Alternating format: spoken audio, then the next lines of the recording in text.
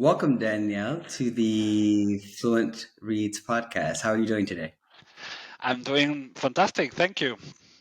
Thanks for having Great, me. great. Glad to have you today. Okay, so we're going to start off with our icebreaker before we get into the book discussion for today. So, this is the word association game. Basically, I'm going to give you a word related to personal and professional development, and then you're going to tell me the first word that comes to mind, and then make the connection or explain that word a bit more. Okay? Sounds good. Let's do it. Okay, perfect. All right. The first word is active listening. Learning. Okay.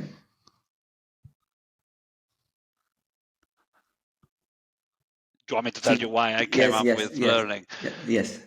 Uh, yeah, well, I suppose if you are actively listening to someone, you are opening your mind to new ideas, and that's how you learn, doesn't it? Okay. All right. Next word is professional development.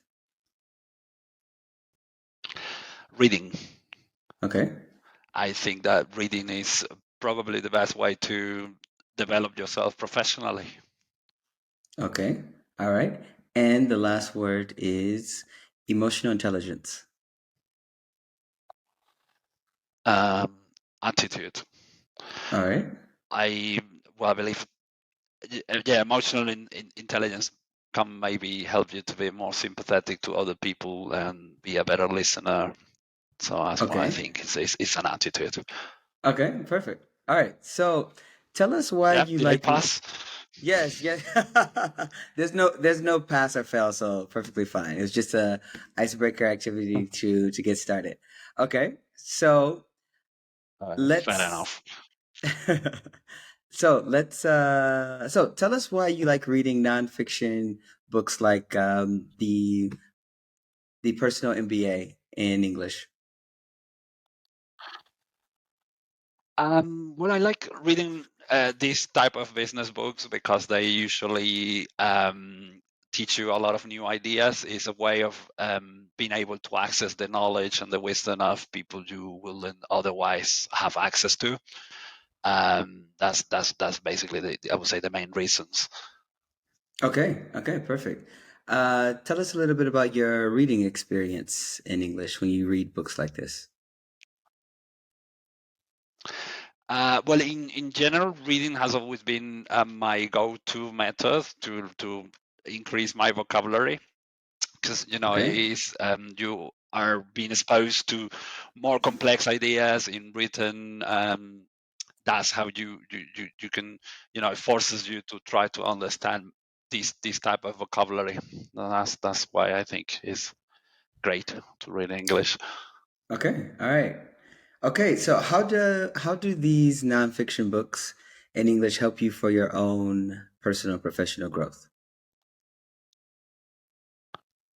As I say before, it's been a way of reading these type of books can help you access the knowledge of people you wouldn't otherwise have access to.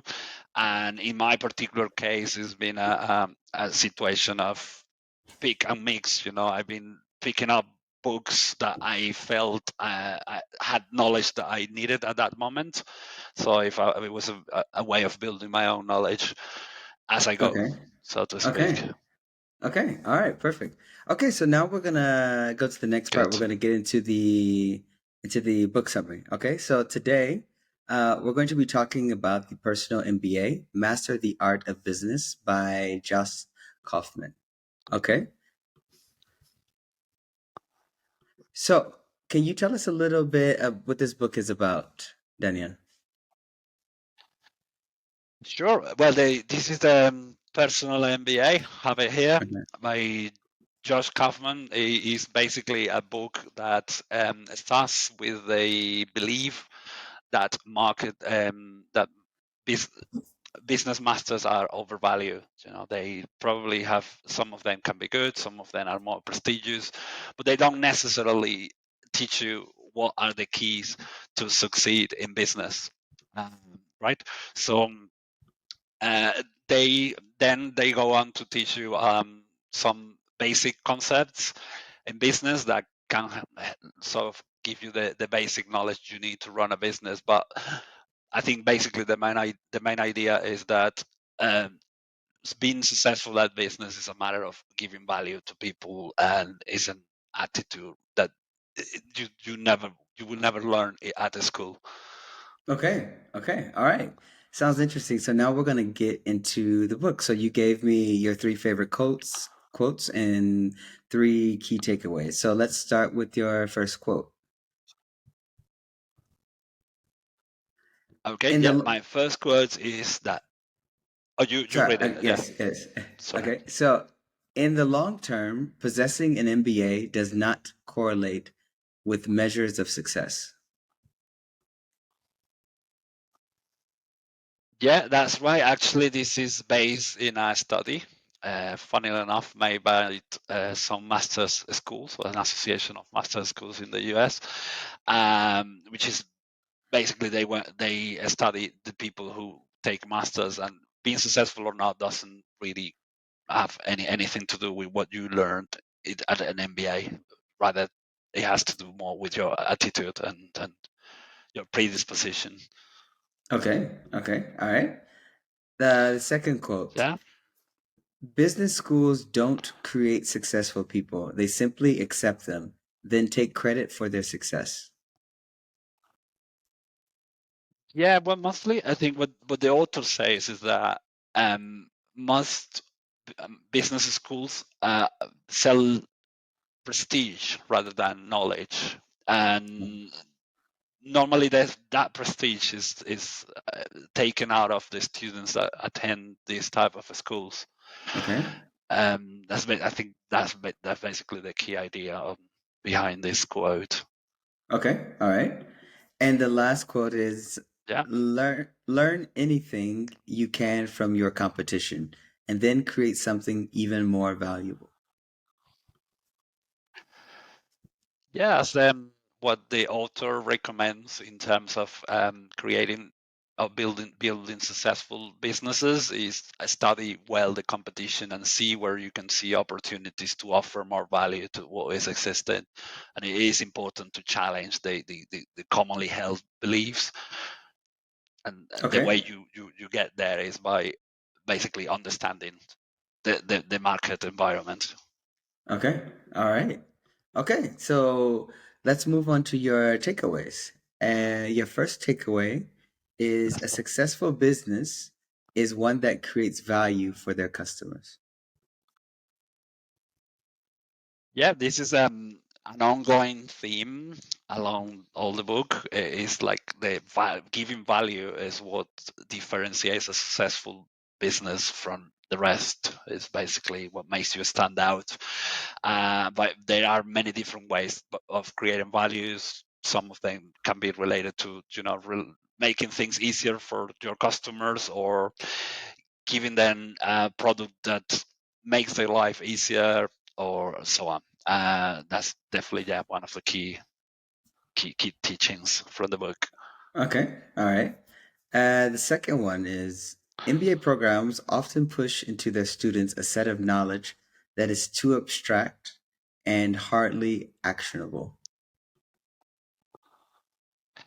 Yeah, that is in line with other ideas of that are presented in the book. Is the fact that a lot of the knowledge offered by business schools that does not necessarily correlate with the key idea of offering value to your customers, right? So they normally, some of these MBA programs are filled with a lot of use, useless knowledge that does not necessarily have actionable applications in the real life to solve Okay. real problems. Okay. All right. And the third takeaway, the last Yeah. one, is being successful at creating and growing businesses is mostly a matter of vision and attitude as opposed to accumulating knowledge. Then, but not before, you can focus on learning some fundamentals. Yeah, exactly. That's um, I believe, and this is something I learned from this book, that value is probably the center of a business, and that's what you have to focus on. And there is no knowledge in the world that is going to teach you that. It's probably you achieve this probably better by thinking logically and observing the current market and the current needs of the people, and go on to try to solve them. Okay. All right. Okay. So after going over Right. our three, okay, after going over our the three quotes and takeaways, can you talk a little bit about actionable advice or maybe something that you maybe applied after reading this book? Yeah, probably. Value creation was a big part of what I took away from this book. Is that focusing on what can you do, what can you bring to the table that offers value in the current market. How studying your competition and see where they are failing in delivering value to their customers, and how your unique perspective, your unique vision can make a difference in this aspect. Okay. All right. Um, how did this book help you in your own with your English, for example? Maybe did you discover new words or phrases or anything like that throughout the reading?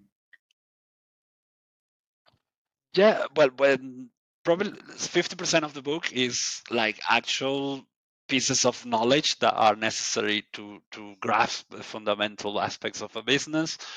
At least they say aptitude is important, but also you need to know these concepts. And some of these concepts were new to me and definitely helped me to understand what they actually mean, and how they can be applicable to my business.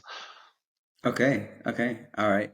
And has this helped you in your own in your own growth, your growth process in some ways? For example, in your job on a daily basis, maybe an insight from there, maybe not the entire book. Yeah, when I found this book, I basically came across it in a library somewhere, and Okay, I said, "Oh, this is interesting." I read the title and I saw it as definitely this is something I want to read, because it confirmed something that I suspected before. That why people okay, pay so much money to get MBAs, why is the job market is so crazy about people with MBAs. What is it? What they're learning there? And as a person who never made an MBA and hasn't even finished graduate school, I've always had this impression, that the important things in business are learned outside schools. I'm not saying that there's something wrong about universities or business schools in general, but there are things that cannot be learned at the schools. And then this book came to confirm that for me, and then put it in better okay, words and show me data that prove it. So that was really a tipping point in my life, okay, okay. definitely. Who would you recommend this book to and why? To anyone who is starting a business, or everyone who is working at a high level in a company, in a big company, a small company, wherever, and wants to get a down to earth grasp of how a Mm. business works, and understand the concept of focusing on delivering value. Okay. Okay. All right. Okay. Let's move on to the third part.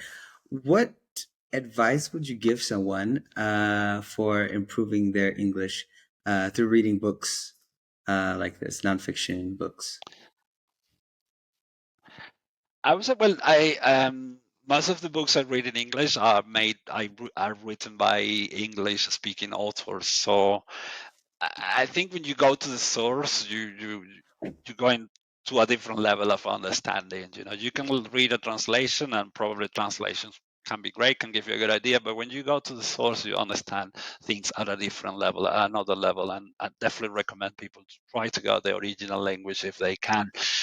Besides, I mean, if like myself, you're particularly interested in professional development and English, I think and business. Sorry, I think most of the literature in this realm is made in English. So yeah, definitely is important reading English, and you will have access to a lot of books that are not being translated, or that just don't exist in Spanish. Okay, so there's additional value. You're able to improve your English, but also you can gain some valuable knowledge through reading the book. Yeah, absolutely. Yeah, and if English is not your native language, it will help you to think in English. Once you start like fixing concepts in a language, then that is how you will progress faster. Okay, okay. How long have you read nonfiction books like this? For how long, more or less? Well, forever probably. I mean, I Okay. was lucky enough that I when I was a kid, I had good English classes at a school, so I learned the foundations of English very well. And when I was in my teen years, I Mhm. started reading in English because I was interested. At that time, I was not reading a lot of nonfiction. It was more fiction, like novels. Okay. I was into like Charles Dickens and Okay. Oscar Wilde, those kind of authors, English authors. And then, yeah, I started reading nonfiction books. English books were widely available. Um, yeah, I just like that. Then I got more serious about learning English when I moved to England in my 20s, and reading was something that helped me go to the next level in terms of picking up more vocabulary, more complex ideas, and this. So yeah, it's always been with me really. Okay. What do you think could be like the impact? Because some people work, maybe they live in Spain, for example.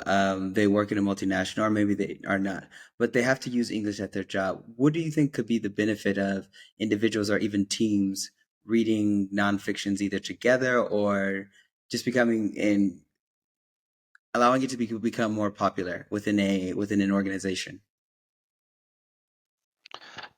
What would be the advantages of reading English in terms of? Well, yeah, we will. You will sound more professional for sure. I mean, if you read books from renowned authors, you will be probably accessing knowledge that is well put together, well written, and then if you start using these concepts, if you start familiarizing yourself with a more elevated vocabulary, then you probably sound more professional, and that will help you progress in your career and in your life. Okay. All right. Perfect. Okay. So, All right. Danielle, you gave me two other books because you gave me three of your top books. The two other books were Deep Work by Cal Newport Yeah. and Way of the Wolf by Jordan Belfort. So, tell us a little bit about Deep Work. Did work. Yeah, that was a very meaningful for me. I mean, because we live in this time of history where we are constantly being distracted by too many stimuli. Say mobile phones, computers. This always on culture, 24/7, non-stop, is really hindering our lives. In so many different ways. And this book basically teaches you how to ignore all the distractions we have and try to focus on what is important. And it goes a little bit against the conventional wisdom that multitasking is good, and they speak about monotasking instead, so focusing on one thing, try to do it properly, and put 100% of your soul into it. I been in situations where I felt guilty, for not being focusing on one thing, because you have to be reading this email, answering this text message, and so on, and you know, focusing on one thing and doing properly is like, oh no, but I should, I'm gonna miss out on this message or this one another, and that's probably in the long term is a bad strategy. Okay. And Okay. what the other book, yeah, the Way of the Wolf. Well, that's the story of the guy that inspired the film The Wolf of Wall Street. Okay. Yeah, he was basically a hustler. He was a scammer in the stock market world. So someone really questionable, but he had amazing sales skills. And he went to prison for all what he did. But then he wrote a book about how he sold. What was his method for selling, which is called straight line selling, like focusing Okay. on delivering one message. It was quite interesting. It's a book very written in a humorous way, like full of anecdotes and jokes and that, but it teaches you some. very cool ideas about selling. Okay, okay, great, great. And how do you discover new books? Do they come through recommendations? Do you look online? You talked about discovering one in the library, the personal MBA. Yeah, the personal MBA, I picked it up at a library. I was having a coffee somewhere, and I saw this. Oh, that was really cool, and I bought it. And normally, I use Amazon to explore new books. They are really good at sending you recommendations, or when I listen to people talking about these topics on YouTube or Instagram, these kind of things, you normally get ideas on what to read next. And I have a very long to read list, A waiting so list for you. I'm still going through. Okay, Exactly, yeah, a waiting list. okay. Are you currently reading anything at the moment? I am reading, yeah, a couple of things. Might sound very basic, but it's Selling for Dummies. Okay, okay, It's basically like the Bible of sales. It teaches you, how to, because I work in a business to business environment, which is normally very okay, slow and difficult to get through the right person, so it teaches you all the process on how to do that. And I am reading Economic Warfare. It is a okay, critique on the current Western policies that are affecting small businesses basically to grow. okay, okay. So you're an avid reader. You're reading two books simultaneously, and But you more I than two, imagine actually, like more four or than five. Yeah, okay, okay. So, I don't have them here. I'm reading Abraham Lincoln biography as well, which is okay, really interesting. okay, okay, okay. And And do I you have got a a couple of other things. A novel, yeah. okay? Do you have a reading practice? Do you, for example, read it at a specific time of day, or maybe if you have like a free 10 or 15 minutes, or do you understand what I mean? Yeah, totally. First thing in the morning, I read probably about an hour. When I having my coffee after having breakfast, that's the first thing I do. Try not to switch off on my phone till I get done with that hour of reading, and then I always, I always carry my books around. And every little break I have, I read. And I'm very promiscuous in my reading habits because I got like 10 different books everywhere in my house. Just pick them up. I also have the Kindle and that. Yeah. Okay, That's what works okay, for me. Sometimes I don't finish books. Sometimes I start from the middle. Very chaotic, but in the long term, I get what I want from books. okay. Great. So you have your own personal library, both digital and physical. Yes. Okay, okay. All right, very good. So we're gonna come to the last question that we have here. Um so Danielle, hypothetically speaking, if you could write a book on any topic, what would it be and why? It, I think actually is in the making. I like to write Okay. something about something that could help professionals stand out in the global market because I work in recruitment. I see that a lot of people now are interested in going global in their careers. With all these working from home policies, and that is very feasible for a person who lives in Spain to work for an American company or the other way around. So, but this is a this is a trend that is undergoing at the moment, and it will grow bigger for sure. And there's a lot of people interested in getting that, going global, going internationally, professionals and businesses. So, like, if I could come up with a step-by-step guide on how to improve the aspects that could make you live this life, then yeah, that would be fantastic. That's what I would like to write a book Okay. on. Okay, great. So you're already in the process. So we'll be looking forward to reading that in the maybe Yeah, in the well, near but future. I'm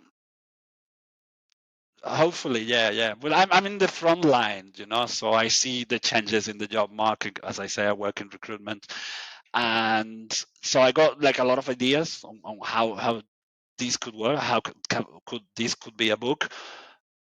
Just need to put that in order, really, and and make sure it's written properly. Okay, Not easy. okay.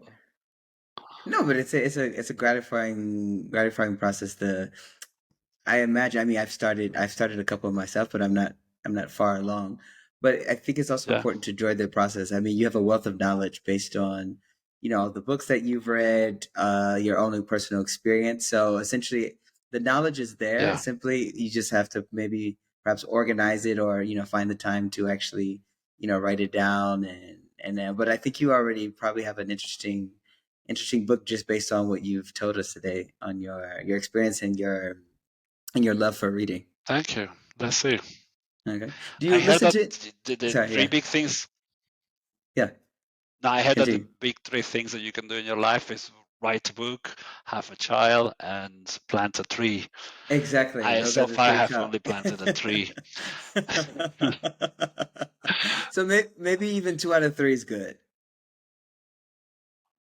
Yeah. That I would consider myself successful if I do that, and I have done a good job. Okay. Okay. All right. Very good. All right. So before we wrap up, do you have any questions for me, Danielle, about English, about reading, anything that comes to mind? Yeah, how about your reading habits? Tell me about Okay. My what reading you habits. read and how do you read? I'm Okay, so interested. I read a lot of nonfiction books, mostly physical. I do digital sometimes because of it optimizes my note taking. So, for example, if I can, go Yeah, back, highlight right in on my tablet, for example. So I've transitioned with some books. I do that. There's certain books that I've read probably 3 or 4 times because you can read a book every time you read it, you essentially get something new out of it. Because I guess to explain this is typically you have priorities. So the first time you read something, you're trying to understand it. The second time, you basically know the gist of what the book is about. So those are yeah. where essentially you may be able to extrapolate the nuances of like, oh, I didn't really think about it this way the first time I read it. So I maybe have some books that I reread periodically because I have my like post-it notes and highlights that are there. So I basically go back Okay. exactly to those points that I highlighted. I don't read the book from cover to cover. Okay. I usually read towards the end of the night. I spend a lot of time in front of screens during the day. So it's another way to disconnect from like screens before I go to bed, and I Yeah. usually do this in silence. There's no like instrumental music or anything like that because I think because I spend a significant amount of time in front of screens, I appreciate that like disconnect towards the end of the day. And I get my recommendations from, well, now I'm getting them through the podcast. And I get them from friends as well. I have a couple of friends who are avid readers as well. Right. And then also like, Amazon as well, because you usually get recommendations. And I have it seems like an infinite list because when you get recommendations based on podcasts or videos that you watched online or things, whatever. So it's there are certain people I will say that you follow me. I listen to many podcasts as well. So there are certain people from the podcast when they recommend a book, I usually tune in. Like, okay, if this person is recommending this book, most likely I'll like it as well. So that's kind of where my reading process and how I discover new books. Okay, interesting. Do you have a favorite book ever? Okay, so I'm usually asked this question. I wouldn't say a favorite book ever, but because I think there are different books that, depending on the stage of life that I was in, they were great books. But now, as I get older, maybe they're not the top of my list anymore. So, to give you an example, maybe in the world of like working like as freelancers and things, whatever, or like the digital nomad aspect. I remember the 4 Hour Work Week by Tim Ferriss was quite insightful. Oh yeah, that's Although good. although I didn't think I was going to work 4 hours. I think it's books like that or books in general. Sometimes you read them for you get something out of the entire book. Maybe it's from a chapter, or maybe there's even one sentence there. And it's totally worth the 18 or 25 euros that you have to pay because you are in the place to receive Totally, that yeah. information.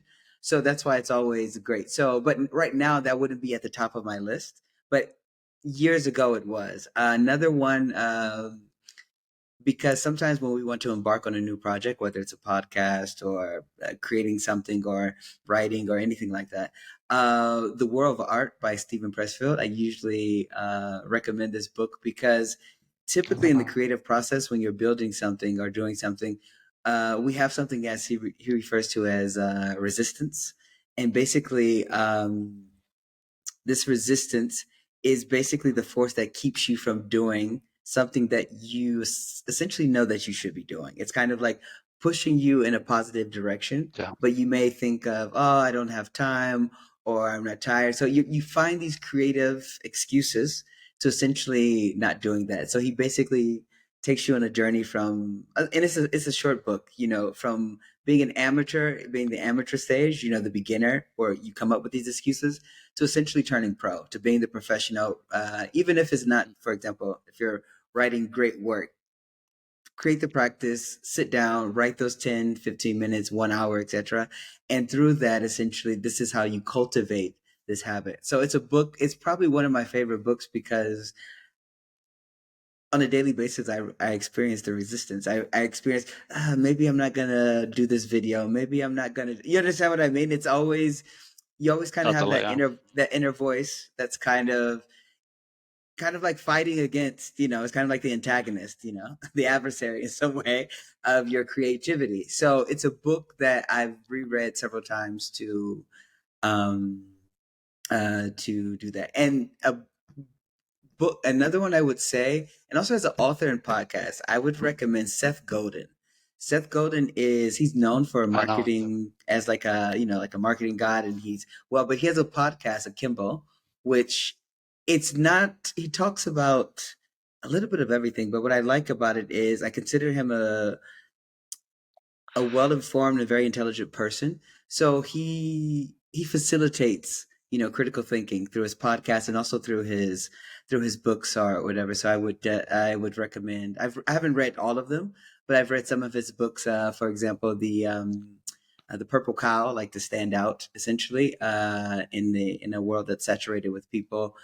This is marketing, and there's another one where I'll put it in the show notes, but I don't remember exactly. It's the not the latest one, but the one before that. But it basically just talks about like shipping your work because sometimes we like to think we're experiencing, or we suffer from perfectionism, essentially. And you have Yeah, to essentially recognize that, okay, this is good enough to ship. And you can always, improve it later. So it's a great book for that. But also, I think his videos, podcasts are quite useful. But I could go on and on about other books. Oh, one more. I'll say one because I talk about Tim Ferriss is Tribe of Mentors, which is one of his books, and it's basically our interviews by famous athletes and business people in business. People are basically who are at a high level in their field or whatever. And I always find books like that useful because it's basically a book about interviews. Because depending on where you are, like for example, I read the book maybe 4 years ago, but now reading it again because I'm in a different place, I have different projects. Now there's probably going to be a snippet from an interview that's going to speak to me now more than it did before. So I understand you perfectly when you go back to read your book, you take your notes or whatever, because yeah, it's kind of like ongoing conversations you're having with the author in a way, even though you don't meet them in person. yeah, Yeah, yeah. yeah, totally, totally. It's hard to pick Okay. just one, isn't it? Sorry. It's hard to pick just one because I I think say it depends it's hard to on pick just one. Yeah, it's hard to pick just one because it depends on what you need. Like on this podcast, I talk to yeah, different professionals in different sectors. So when someone asks me this question, one is it's important to kind of know like, yeah, okay, what field do they work in? Because we spend a significant amount of our time working. So if you work in marketing or finance or you're an entrepreneur, well, the suggestion, the recommendation slightly changes because depending on what your priorities are. But then as the person, there are some books where it's just like in general that this is good for Um, good for anyone to read. But I think the common denominator is the love and the enthusiasm that's shown through reading these books.